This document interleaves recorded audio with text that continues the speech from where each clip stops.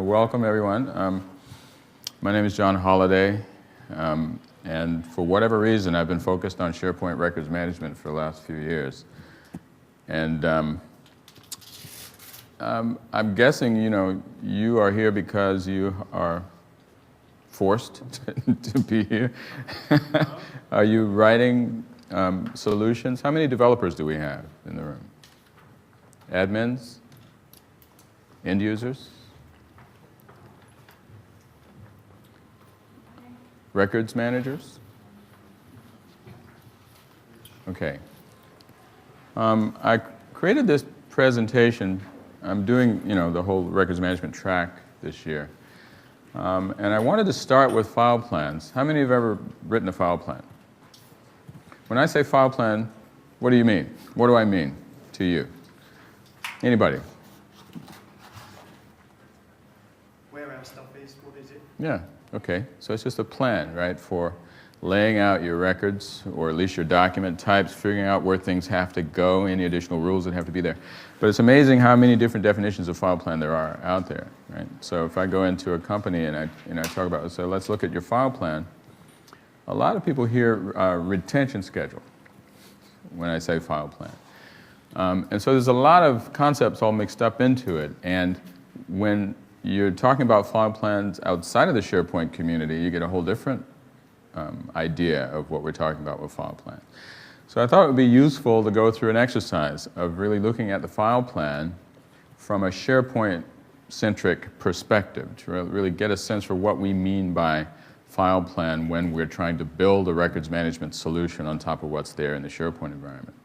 It may differ from what we, understand file plans to be from the records management literature, okay, or from even just document management, okay, because we have to end up with something that we can map into the SharePoint environment, okay. Otherwise, it's a plan, but it's not so useful to us. My background, as I mentioned before, for whatever reason, I got sucked into this records management thing. Right? I'm not a records manager. I'm a developer. But records management and document management, content analytics, it's all kind of overlapping. And when you get a SharePoint environment available to build those kinds of applications, then naturally there's kind of a gravitation towards that. You can see the JD behind my name. I actually do have a law degree. I had to go to law school to figure out that I'm really not a lawyer. Okay. But when I was in law school, I was struggling with content management. Okay. When you think about it, lawyers are really involved in a lot of content creation, content management, and specifically rule-based content management. All those kinds of issues are there when we're talking about document management, content management, so it's sort of a natural progression. Let's see if we can get this thing to work.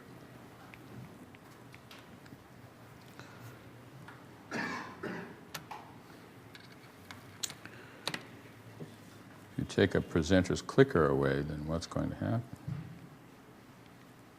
Let's see. All right. So we've structured this series of presentations to include, we're going to start with the file plan, although when we get into it, you'll see that really we could have flipped 1 and 2.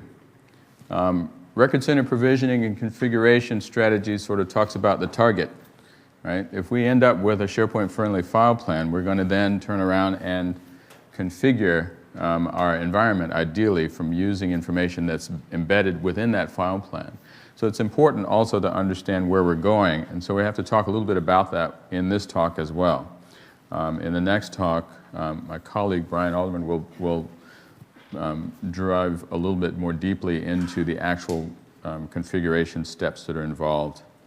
And then we're going to go further and talk about some ways to enhance the user experience specifically for records managers, treating records management as a search application. And so there's some interesting patterns that will come out there. And then finally, we'll focus on in-place records management and what that means and ways to leverage some of the out-of-the-box features in order to maximize the benefit. Okay.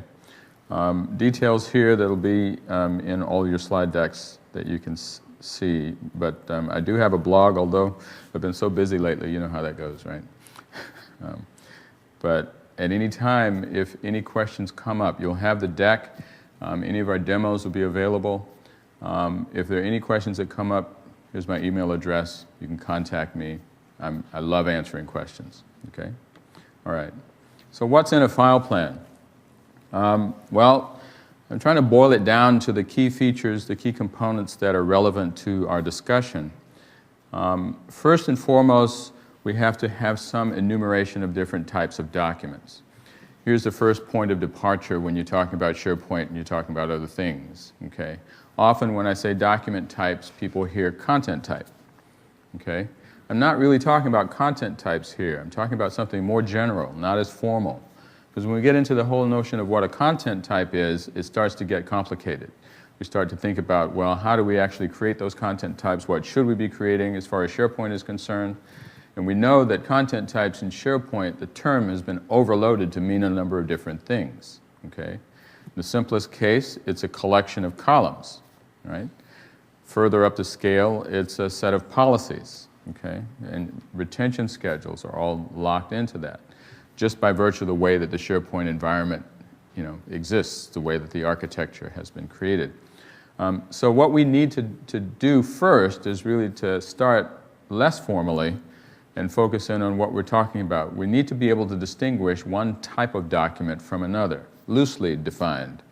And so one benefit of a file plan, if we just think of it as simply a list of different document types, is that it gives us an easy starting point for understanding how we're going to manipulate these things.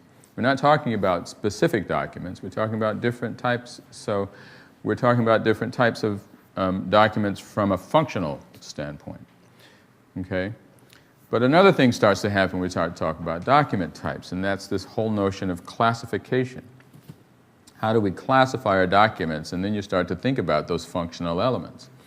So what's in a file plan? First and foremost, we just need a way to list these things out. You could think of it just as an Excel spreadsheet with rows and columns that you're making up. And one column that you're going to call document type, you can put whatever you want in there to distinguish one document type from another. We'll talk more about that. What else could we put into the file plan? We can capture information about how long to keep things, right? What the retention period is. And in SharePoint, as we begin to learn more about how retention has been implemented, there's also this notion about what to do when the retention period ends, okay? And so there's this notion of discrete actions that can be performed on a particular instance of the document when its expiration period is up. So we want to be able to also capture that as well.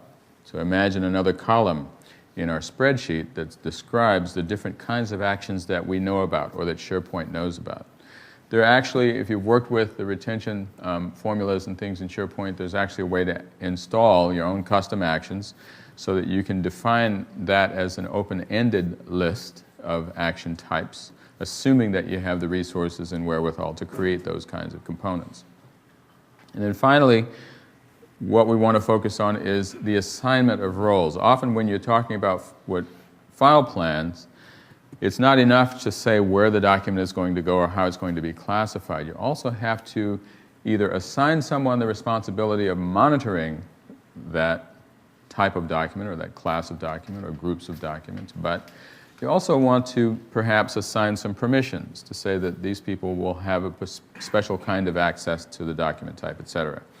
If we simply boiled it down to these four elements, okay, we would have a nice starting place for understanding how we're going to build up our file plans in order to make them more useful in the SharePoint environment. Obviously, there's more that we could put here, okay?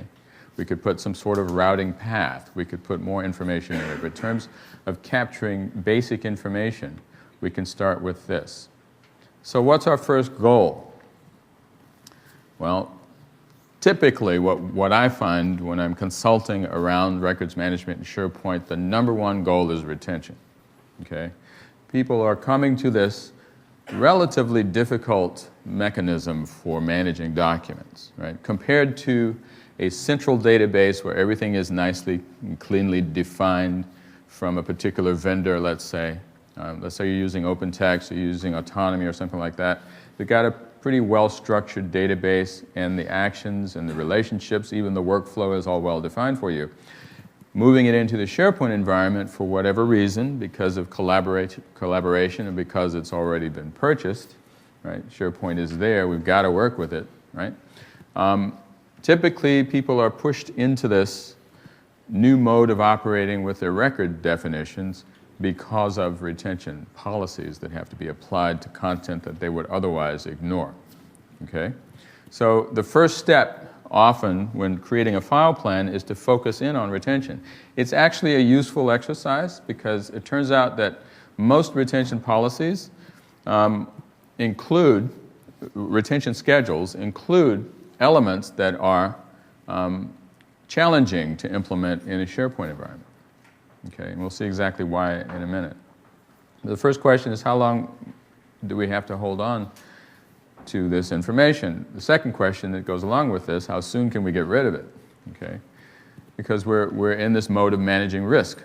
So if retention is the number one file planning goal, not number one because it should be, but number one because that's just what it is, then where do we go from there? Classification is the number two goal, right? So if we define the record types, then the next step in identifying that path that the documents have to follow is to figure out what kind of document it is in a more formal way, okay? So what type of document is it? Where does it belong? What processing do you need, et cetera, okay? So this is all sort of obvious stuff. But let's take it a step further. What tools do we have available to us to actually create a file plan? You can go from the simple to the complex. Notepad is a great way to start capturing this information. Again, I think it's important to have a fairly informal process to approach this stuff, particularly because most of the people who are being asked to create these file plans have not necessarily been trained. I mean, we've got file plans that we inherit, but we've got people that are also inheriting the environment, and so they need to come up with a way to quickly capture the key information that we were just talking about. Problem with Notepad is that obviously there's no structure. Okay, so it's easy to deviate from any kind of standard layout. So it's going to take on the characteristics of whomever it is that's actually creating the plan. So we need something obviously a little bit more structured than that. I've seen file plans created in Visio. I've seen file plans created in Mind Manager. Those are actually very good tools for representing the information in a way that you can communicate among a group. You can see dependencies, you can see structure, you can see hierarchy easily. Problem with those tools, though, is that remember, our goal here is to create some sort of plan that we can then use to configure the SharePoint environment. Ideally, we'd like to be able to configure the environment automatically by processing the content of the file plan. That's kind of the goal that's in the back of my head as I'm moving forward here. After all, I'm a developer, right? I want to make it easier. I want to make it easier not just for me to implement, right? Imagine someone gives me a Visio diagram that has a file plan in it. There's no real structure there. It's just some sort of hierarchy. And now my task as a developer, your developers would have the same task, is to look at that and then come up with the content types and the rules and the retention policies and everything else that have to be in place in order for this to make any sense to SharePoint. So I would like something actually a little bit more structured than that. I gave this talk, or a variant of this talk, last year at the SharePoint conference in Anaheim. And in preparation for this talk, Microsoft came to me and said, can you create a file plan tool that works from Excel? Okay, that would be great, right? And I said, okay, I can work with that, but I listed here because it's so common. I mean, it's easy to create a file plan in your head, even thinking about Excel.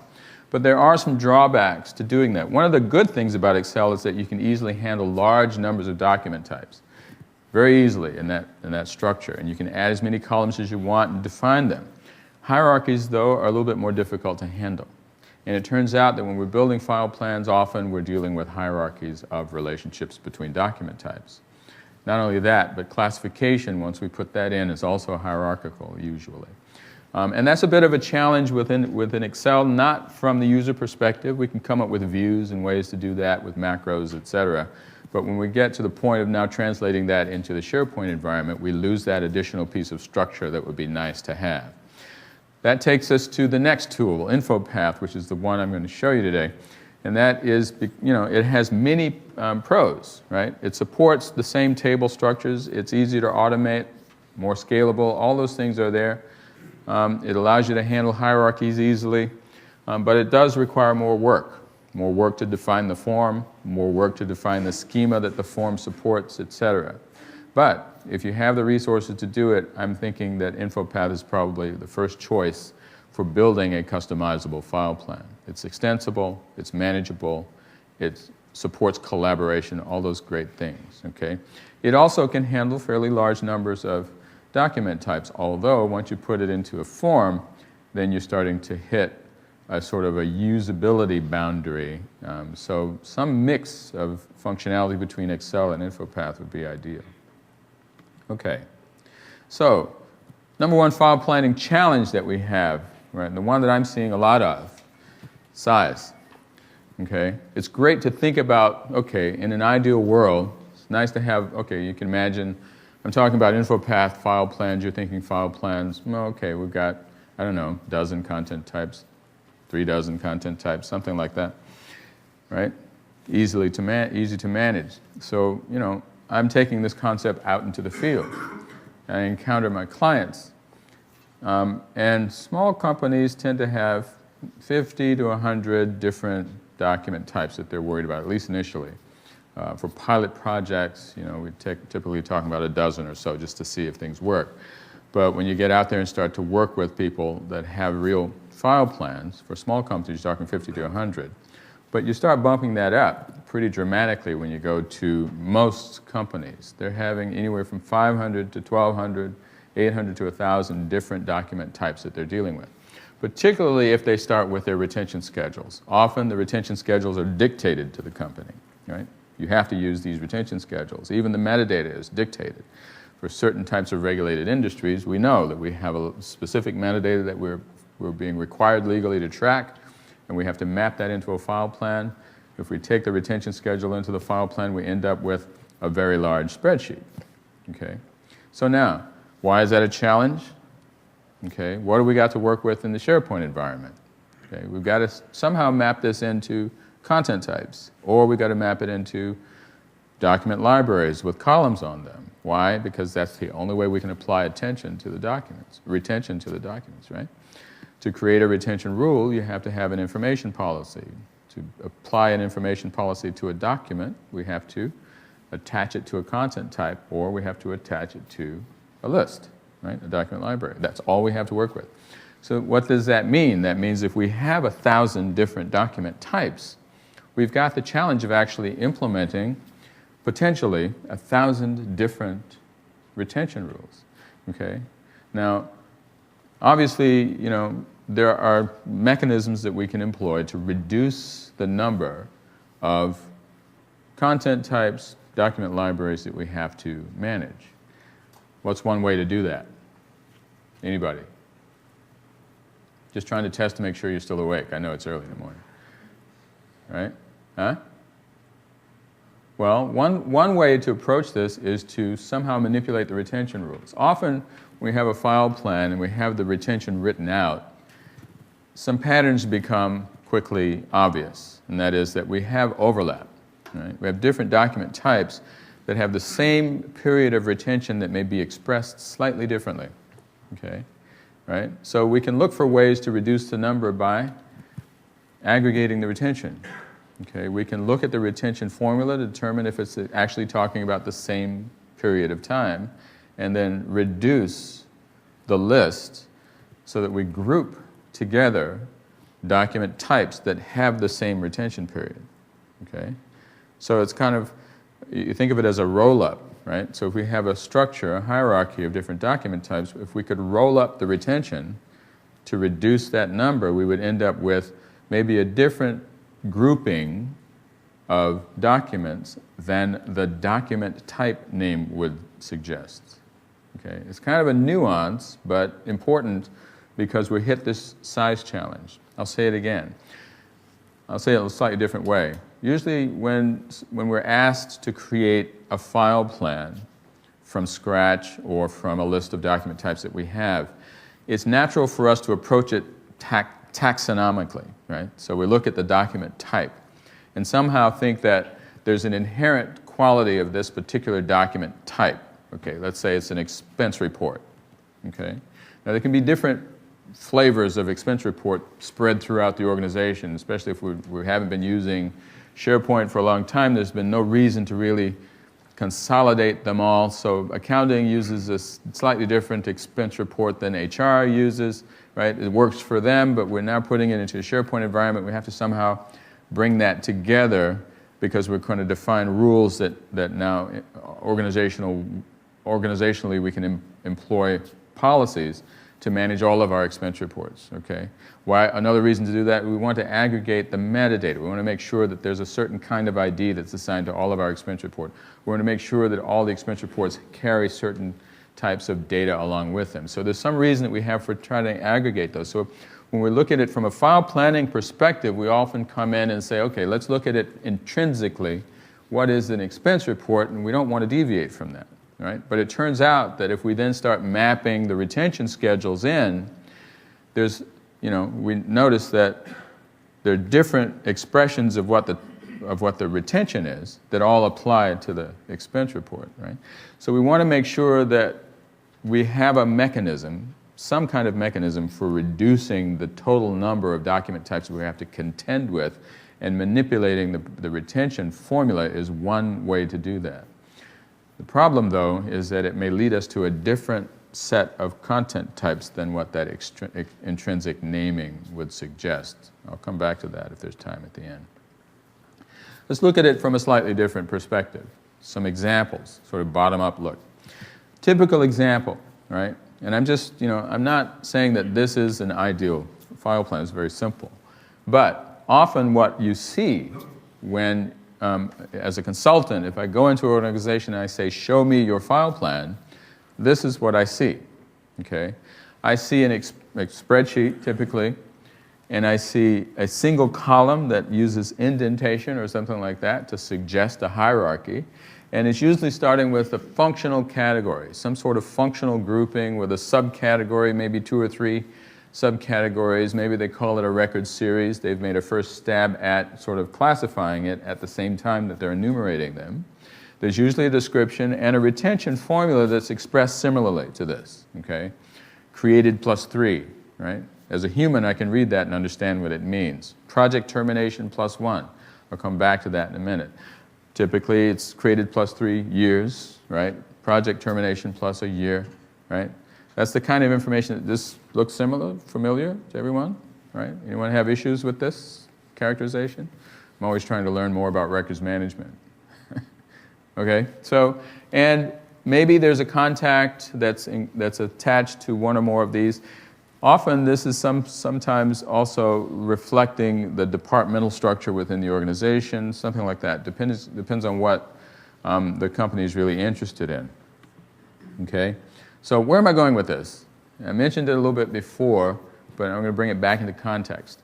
We want to create file plans that can be used to automatically configure the SharePoint environment.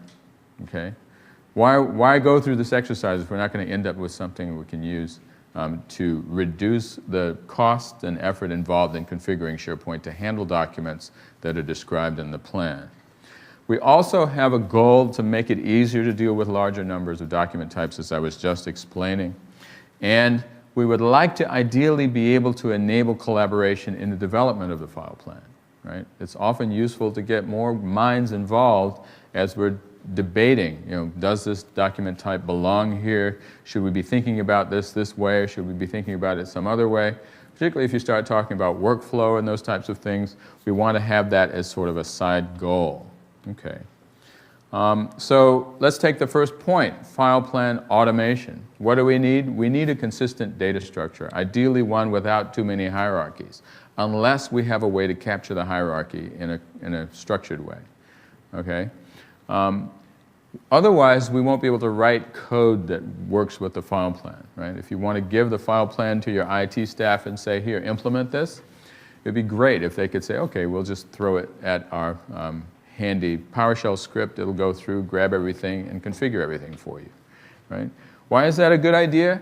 Well, file plans, although they have been static in the past, file plans, to be really valuable, are not static. They're constantly changing. Let's say the regulations change. Remember I said at the beginning, often file plans are the result of something that's been pushed into the organization, either by some regulatory body, some laws. Those laws are not static. They change, right? The list of metadata may change. The rules may change. The retention period may change.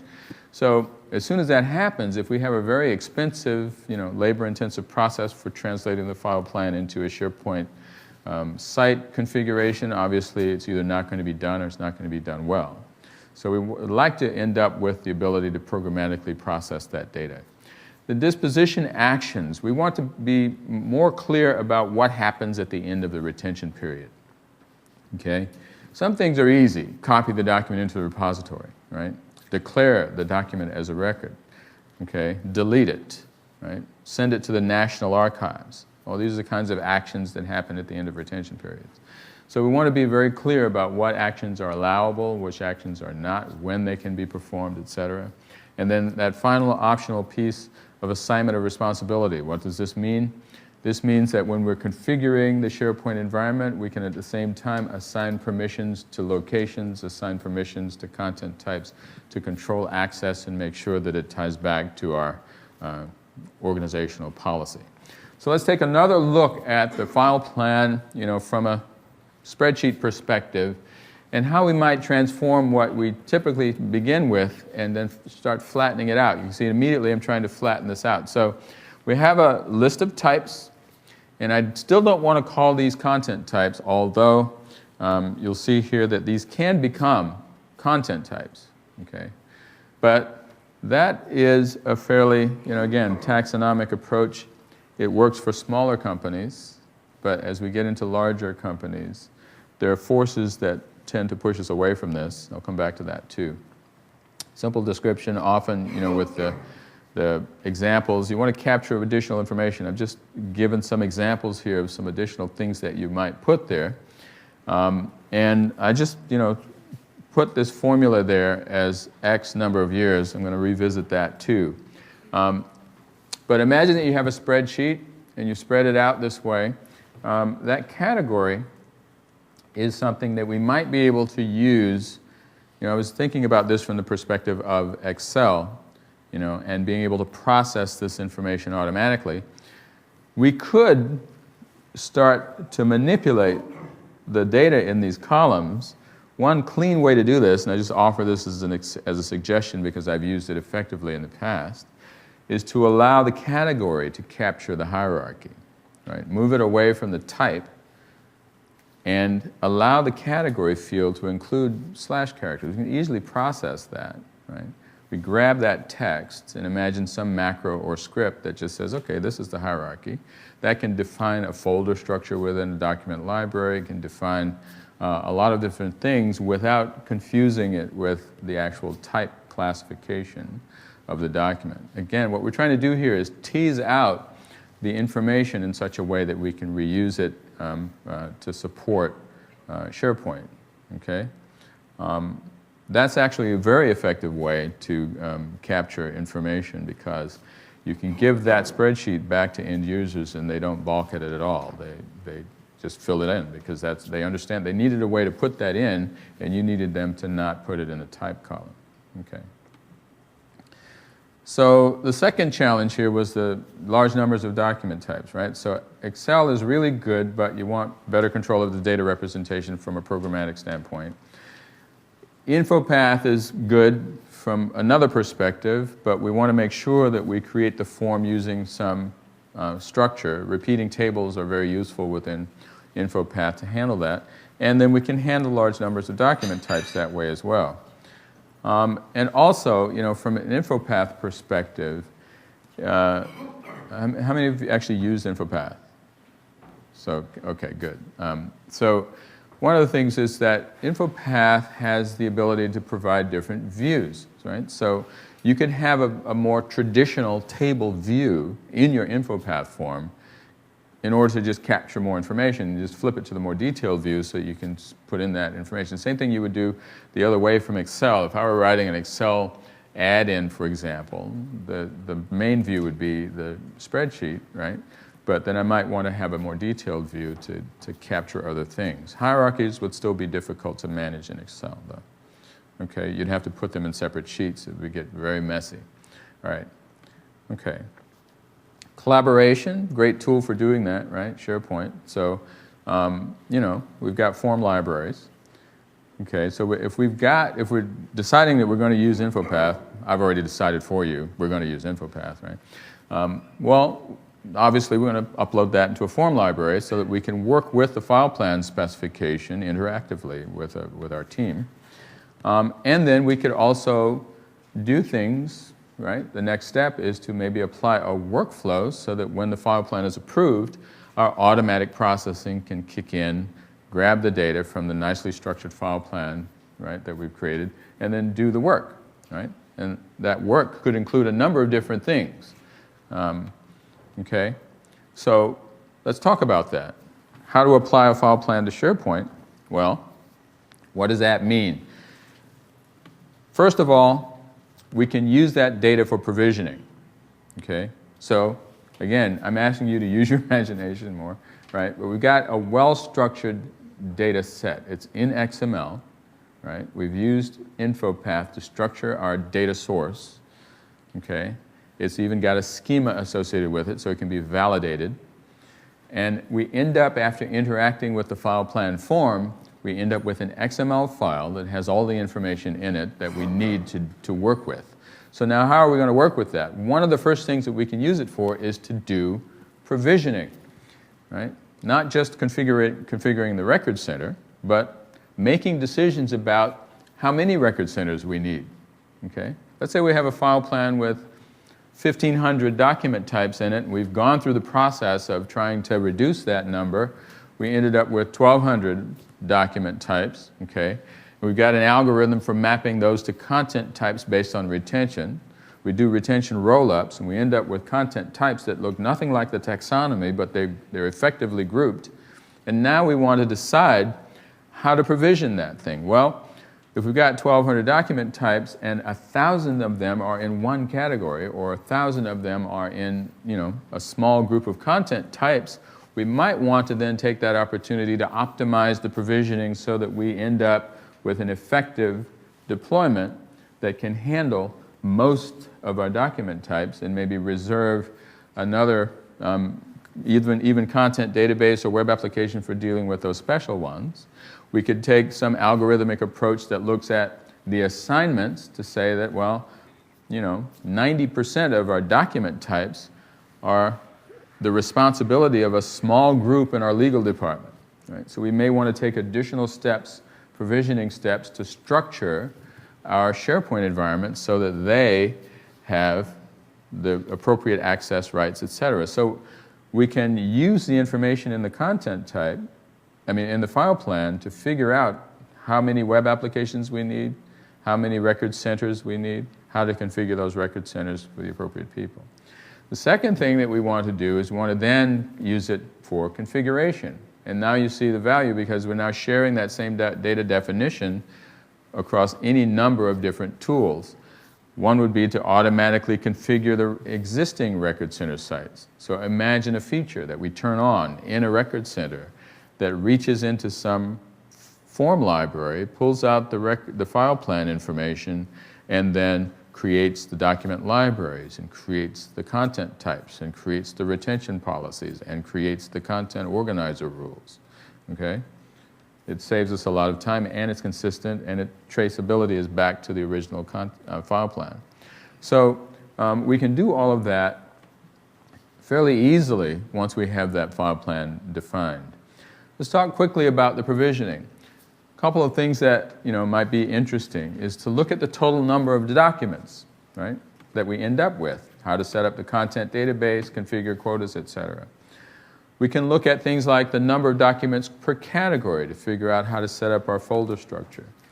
And we can look at the number of documents per person to determine how to distribute responsibility, how to configure permissions, etc. Okay? So now let's talk sort of at a fundamental level. In the beginning I said that we could have flipped these talks around to talk about these configuration steps first, because you really have to think of it within the constraints, right? Within the context of SharePoint to really understand what you're up against when you're taking a file plan and using it even just to do configuration. I'm not going to talk about the provisioning because there's lots of different ways to provision, but one of the things that we have to do, how many have actually set up a record center site? Okay, so I'm asking you the same question in a lot of different ways, right? Just to sort of get where you are, right? How many have never done any kind of configuration in the SharePoint environment? So I'm still a little bit confused because most people are kind of in between here, right? Am I talking to power users, right? Right. So you've got, you know, you're responsible for the configuration, right? Or managing the file plan and giving it to someone else. You know, it makes a difference because, you know, this is sort of targeting the person who's going to be given the file plan and then asked to give back a properly configured record center, right? And that's kind of the target here. So one of the things that you have to do in order to implement the file plan is to create information policies. Why? Because retention is tied to it. Okay, there are other things too, but information policy is the way that SharePoint does retention. You have to have those information policies in order to attach the retention, but where do you put the information policies? Either on a content type, a library, or folder. So you have to create those things as well, and they have to be consistent, okay? So you're reading the file plan and you're creating these things in the record center. Then you have to attach the information policies to the appropriate things. If you attach them to content types, you can put the documents anywhere you want. The policy will follow the document because it's associated with the content type. If you attach the information policy to the library, you have a repository or location-based strategy that you're implementing, and therefore the content types can vary, but if the document ends up in that library, it will then inherit the retention policy associated with that library. So it gives you that approach, but there's a decision point here. Where do I attach the information policies and why? And then finally, setting up the routing rules.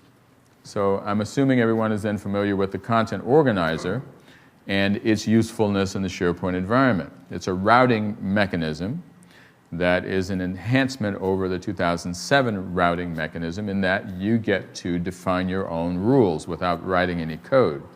What are these rules? They are figuring out where the documents go after they've been moved into the repository.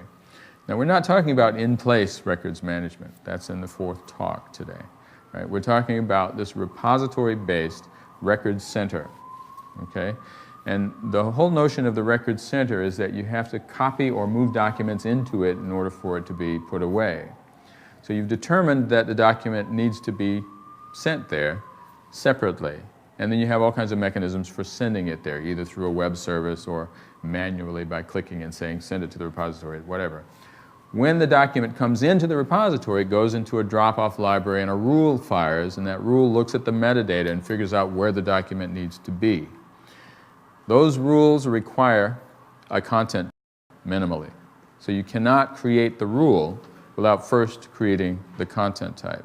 The point I'm making is that there's a definite order in the steps that have to be performed here, right? Which makes it take longer.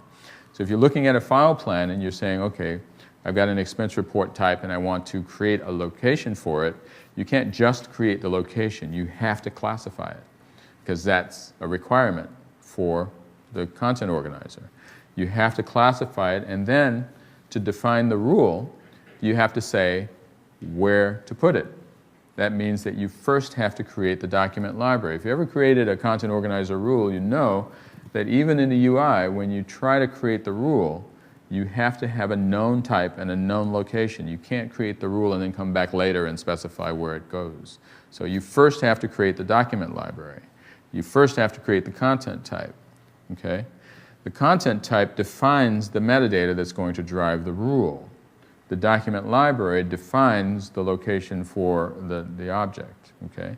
So that constraint, right, puts the onus on you to do everything properly in order. So you're going to end up with a file plan that you're going to make multiple passes through. You're going to go through the file plan, you're going to find all the types, you're going to create the content types. And you're going to go back through the file plan, you're going to look at the retention policies, and you're going to create the information policies, right? And then you're going to attach those to the content types. If you don't want to do it by type, you want to do it by location, first you're going to go through the file plan, you're going to look at the types, and you're going to figure out these types need to be in a particular location. You're going to create the document libraries. Then you're going to go back through it and create the information policies so you can define your retention and attach it to the libraries. All of this before you create your content organizer rules. You're going to go back through the file plan, figure out your rules and your routing structure, create each of the rules, and then everything starts to come together. Then you have to test it. Then you have to assign permissions. All of those things are involved in translating the file plan to SharePoint. Anyone want to argue me down that it's not a good idea to automate this whole thing? Okay? We need a way to make this simpler, right, for ourselves and for our developers. Right? Any questions at that point? Right? I know people tell me I'm very professorial. I don't know why, but I'd like to, have more interaction. If there's questions, now's a good time to sort of stop because I'm going to go forward with the InfoPath stuff. But we sort of handled a lot of conceptual stuff. And I'm just interested to see, are there any questions? Have people actually gone through the process of trying to create file plans and implement them in SharePoint, run into these kinds of challenges or not? Yes? You've done that? Yes? Yes, we're just at the stage where we've got a file plan, we've grouped it, organised it into content types, but into functional groups, we call them. Mm-hmm. Effectively, they could be content types, but they're and we're just at the point where we need to build the thing. So struggling with what to do first. Yes. And yeah, just getting the head around that, and it is a painful process. Yeah, and people don't realize, just in terms of the number of elements, I'm just curious how many document types you're contending with. Well, we haven't, that's the element that we're missing. Our information management people have done a file plan around functions. Yes. And document types. So we have groups, but we have, for a large organisation, we have relatively few, which are, 29. Yeah, that's a minuscule amount. Yeah. Yeah. Yeah, and we're realising, well, us, the project team, are realising that really we could do with it being much more granular. Yeah, well, one of the things that I've noticed with my clients is that they often start with a pilot project, right, just to sort of get your head around it and get some people comfortable with working with file plans in SharePoint. And even then, they don't quite get that when they try to scale this up, what impact it's going to have. I went into an organization that was a highly regulated public utility, and they came with a list of 300 content types for me to look at. And, I was looking at different ways to reduce that, but this was a pilot. I didn't know it was a pilot, right? The actual number was 750 or so. And I said, well, is this typical? And they said, well, in our industry, this is actually a small amount because our partner organization in another state, they had 1,800 different document types. And when you start looking at the retention schedule, then you start to see that there's a problem that comes from the fact that these file plans and retention schedules were not created by tools. They were created by people using tools like Word and Excel to write formulas. And so when you look at, one of the first things I do is I create an Excel spreadsheet and just copy stuff in there. And that hierarchy, I move it from the type into the categories, and then I try to sort based on the hierarchy, or I sort based on the retention formula. Often the retention formula is expressed in terms of something that's outside of the system. Right? There are problematic retention formulas. Some of them cannot be implemented easily in SharePoint without custom coding. I gave an example here of a retention formula that says project termination +1. Okay, well, project termination refers to a project to which this document is somehow attached, right? So every project creates some number of artifacts. Those artifacts are now treated as a record by virtue of the fact that they're linked to the project, but the project is managed outside of SharePoint. So how do we know when the termination event occurs? SharePoint has no way to know unless something pushes that data into the document. Unless there's a content type that has a column that says this is the project termination date for this particular type, or this is the project ID, right? But even then, SharePoint doesn't know that that project ID is related to a project that's end date changed, right? You got project serve over here, someone's interacting with the project plan, they're working with tasks, and it computes a different end date, and that effectively creates an implicit change in the retention formula for a document that's just tangentially connected to the project plan. You need some other tool that's going to take that new end date, push it into SharePoint and say this document now has a new ending date so that SharePoint will know to recalculate its expiration, right? So there are all kinds of challenges related to that are sort of hidden in this, supremely informally defined formula, right? So there's lots of different ways. So if you try to sort based on that, you got to do a normalization step. And that's a whole different conversation in terms of how to normalize a file plan so that you can work with it. Those complexities aside, unless there are more questions, I'll go forward now with the InfoPath idea. Okay? So my goal here is to give you the tools that you need in order to build a system that is more responsive to your pain points.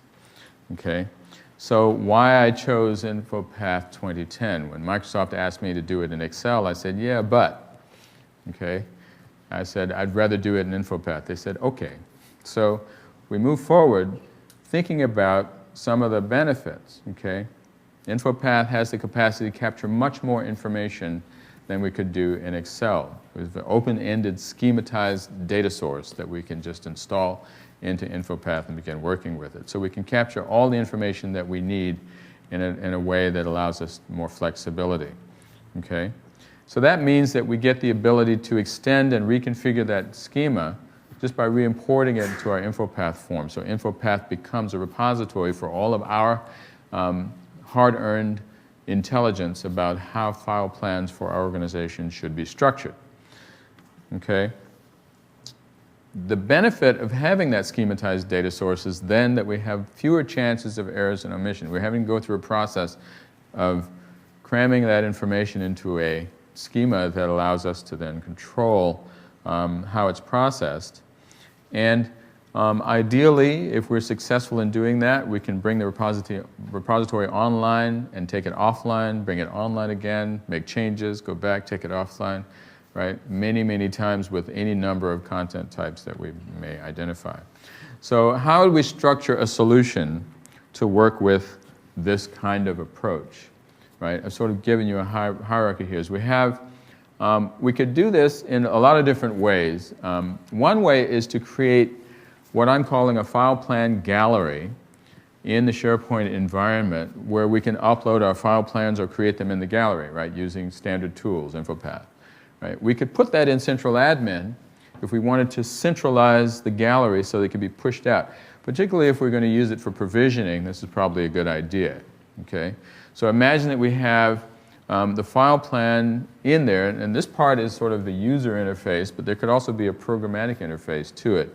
Let's say we had a file plan gallery at a well-known location inside of SharePoint in Central Admin. So this would mean create a feature that creates a file plan gallery, which includes a form library with a content type that describes the data, our file plan content type, which is essentially a form. We can interact with that, right? We give administrative access to that, and we end up with a list of file plans. So at some point, the file plan becomes approved, or we decide that we want to activate it. We can activate it programmatically using PowerShell, right? So we could just go grab the data, come back, process it. We could use some other tool. Or we could have a custom ASPX page that allows us to manually select what we want to activate. Sometimes it's necessary to selectively choose the different categories of documents. Let's say we don't know until we get to the activation stage, what the categories look like. Assume that we have some sort of free-form hierarchy, and that once we upload the data into the file plan gallery, our tool or our plan activation page can now show us a tree that includes the hierarchy, and we can check off, well, we want to implement just the HR portion of this, right, file plan. You could check that off, and then file plan activation page would have a button, presumably that will either configure provision a new record center or configure an existing record center. That's kind of the overall structure that we want to use. Okay?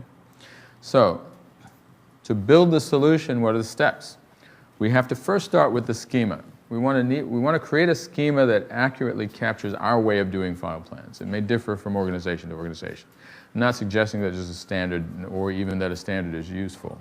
But within a given organization, we want to make sure we capture the right information. As I started the talk, I asked the question, what does it mean to you when I say file plan? Okay, it could mean all different kinds of things. But then what we want to do is take that schema and that schema could look as simple as this, right? Just a file plan with a number of records, okay? I've made an assumption even by choosing the name record, right? It could be higher level than this. It could just say document type, okay? Before we determine that they are records. One of the things that I haven't talked about is content analytics, and it's to your question, and that is the file plan can be useful even before we get to the perspective of actually provisioning or configuring SharePoint, in that we could use it to do content analytics.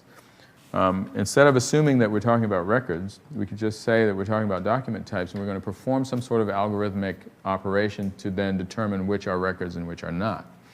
And that's extremely useful from a lot of different perspectives. One of the things that I'm exploring and doing a lot of research on, just as a side note, is dependencies between document types, right? There are implicit dependencies between documents by virtue of how they're used. And those dependencies turn out to be much more effective at defining content types than the intrinsic nature or metadata associated with those documents, because it tends to put the documents where they're needed. And you end up with way fewer content types by using a sort of a dependency model. But that's a side thing.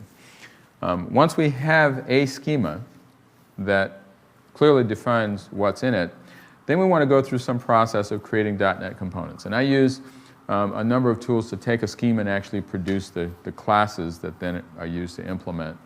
Why is that important? Because it allows me to change the schema and not spend a lot more time and energy building the code around them. So this is a well-known pattern where you start with a schema and you process the schema using a command line tool that produces C# classes, and then from those C# classes you can then extend them to do provisioning.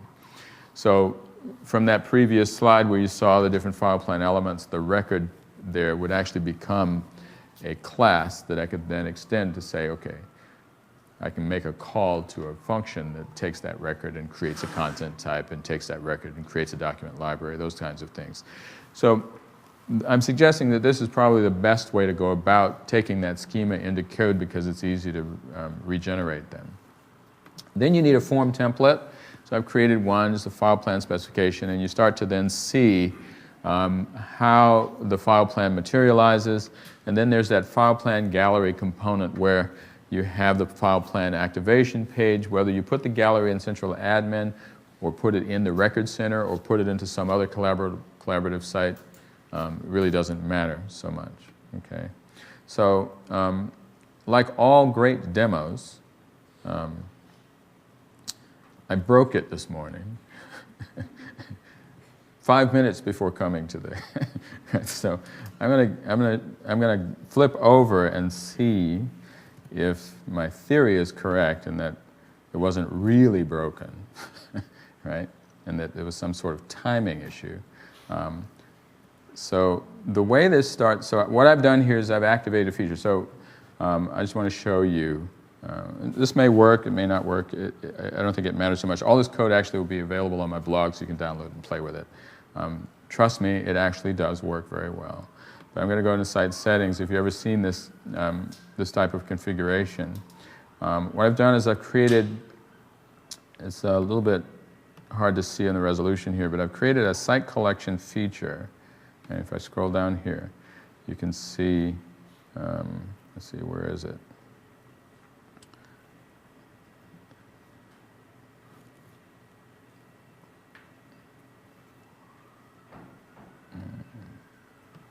Okay, hold on.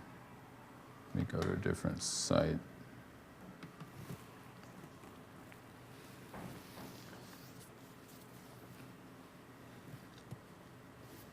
To wait for my computer here.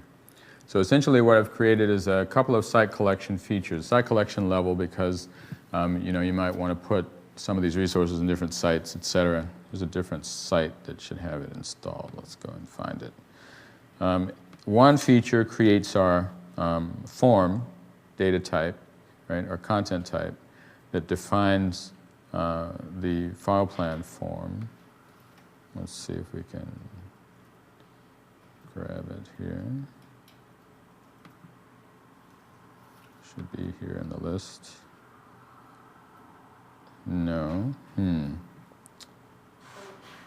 My theory may not hold. Let's see. I'm going to try one thing here, though. The file plan gallery is still there. Nope. Let's go back over here. File plan gallery. See if we can get info path at least to open. So you can at least see the form. Nope. Well, let me try one thing while I've got you here. I love it. This always happens. But let's figure out where we've gone here.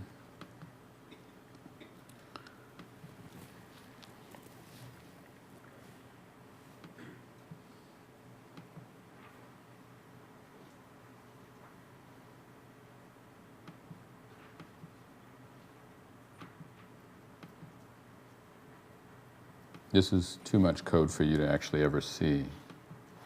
Let's see, that's probably the problem.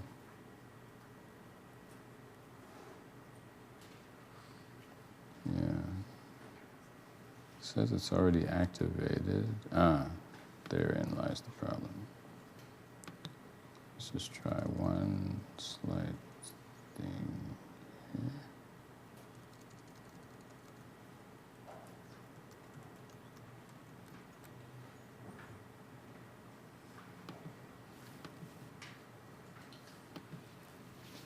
Well, why did it do that?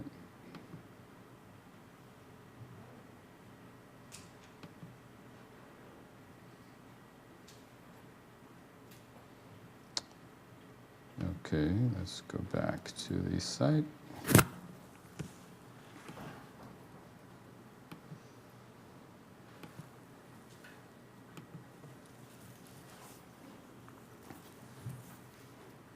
So one feature creates the form, content type, right, which defines the info path form. The other one creates the file plan gallery, which has the tools that we need to actually implement the form.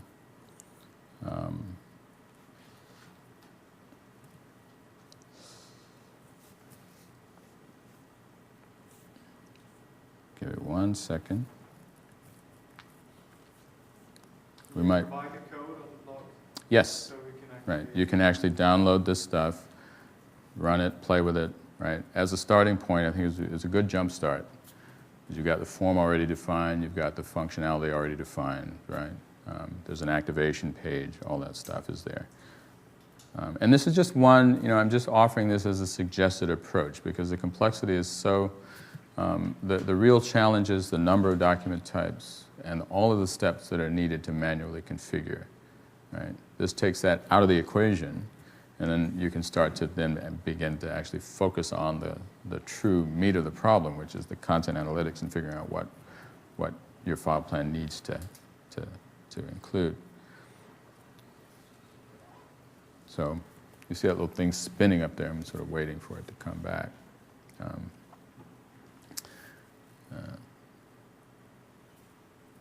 If I'm really lucky, in the last 2 minutes. Okay, let's see if we've got a file plan gallery now. No, we don't. Let's see if we've got at least a feature to activate.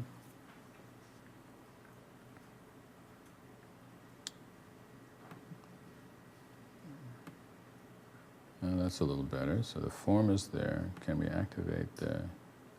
Well, let's see here. Hold on.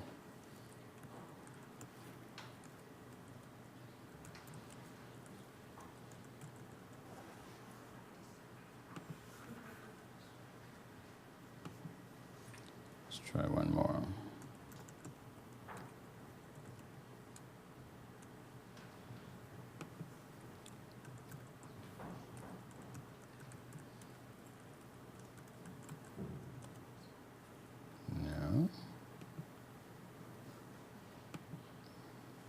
Guess I did a pretty good job of breaking the demo here.